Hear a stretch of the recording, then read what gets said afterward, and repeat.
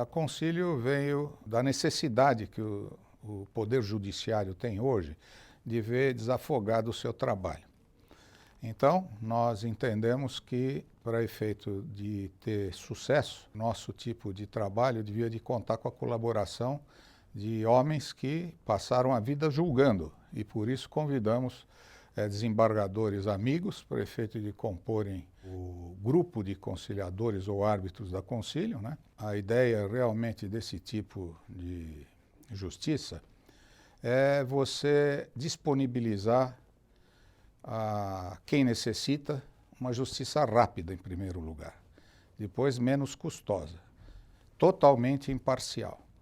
Nós temos, vamos chamar assim, diferentemente dos processos de mediação e conciliação levados a efeito no tribunal, um código de conduta e procedimento próprio, de onde se origina, vamos chamar assim,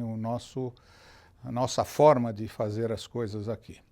E são inspirados esses procedimentos no processo americano, onde o juiz, quando recebe uma ação, ele recebe as partes e separa as partes em salas separadas para efeito de conversar com cada uma delas para explicar quais são as chances que elas têm no desfecho desse processo. Quando se chega a um processo judicial, normalmente as partes já estão agastadas uma com a outra, se for o caso de duas partes só, e logicamente colocar as pessoas de pronto,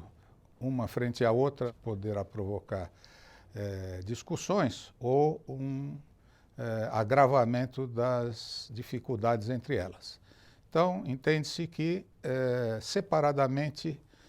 vai ser melhor, até para efeito de se desarmar os espíritos inicialmente, que é o processo que a gente adota, né? Para depois, logicamente, tocar um processo totalmente racional. Se fosse examinar o espírito da lei, a lei fala em oralidade, em formalidade, mas nós entendemos que, logicamente, devamos obedecer a uma ideia de se examinar primeiro documentos, onde nós iríamos começar a criar as nossas próprias convicções acerca dos direitos pretendidos, e daí seria insuficiente, na realidade, que um homem com experiência de 30, 40 anos de julgamento não pudesse propor uma solução para aquele conflito, como é o que se intui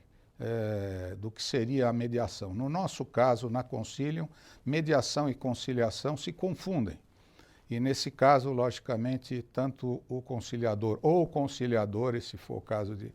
mais de um, porque daí iríamos trabalhar sob a égide de um triunvirato, nós iríamos estar, vamos chamar assim, chegando com a experiência acumulada desses homens, tá certo, a proposições que realmente sejam equidistantes e que atendam aos interesses e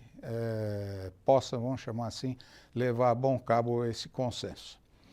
Ninguém é obrigado a conciliar, ninguém é obrigado a se submeter aos nossos procedimentos, mas desde que tenham boa vontade, boa fé,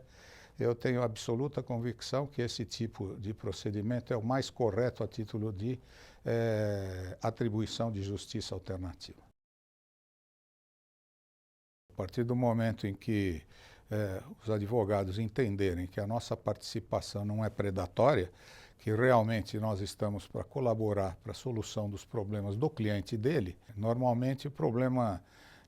do ganho fica superado, até porque ele terá condições de solucionar muito mais conflitos do que normalmente ele teria se fosse através de um processo judicial e de forma mais rápida. Na realidade, é uma parceria que deve haver entre o advogado e uma Câmara como a nossa, porque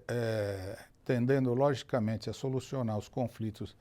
dos seus clientes, e nós vamos sempre enfatizar a necessidade da representação, principalmente em casos de grande envergadura, quem vai poder dizer se o que estamos fazendo é totalmente transparente e atende aos interesses da pessoa, é o próprio representante advogado que estará acompanhando. Bom, os direitos de família, de um modo geral, que normalmente são públicos no judiciário, aqui são tratados dentro do maior sigilo. E isso eu acho muito importante em se tratando de preservar a reputação das pessoas envolvidas dentro de um processo, às vezes, litigioso referente a direitos de família. Guarda de filhos, separações, divisões de patrimônio e assim por diante. Também no mesmo diapasão, os processos que envolvem, logicamente, o conceito de uma empresa. Quando isso vai para o tribunal, logicamente, muitas empresas vão perder crédito e credibilidade na praça em que atuam. E dentro de um processo que nem o nosso, através da mediação e conciliação ou de uma arbitragem, torna-se tudo muito restrito e sigiloso.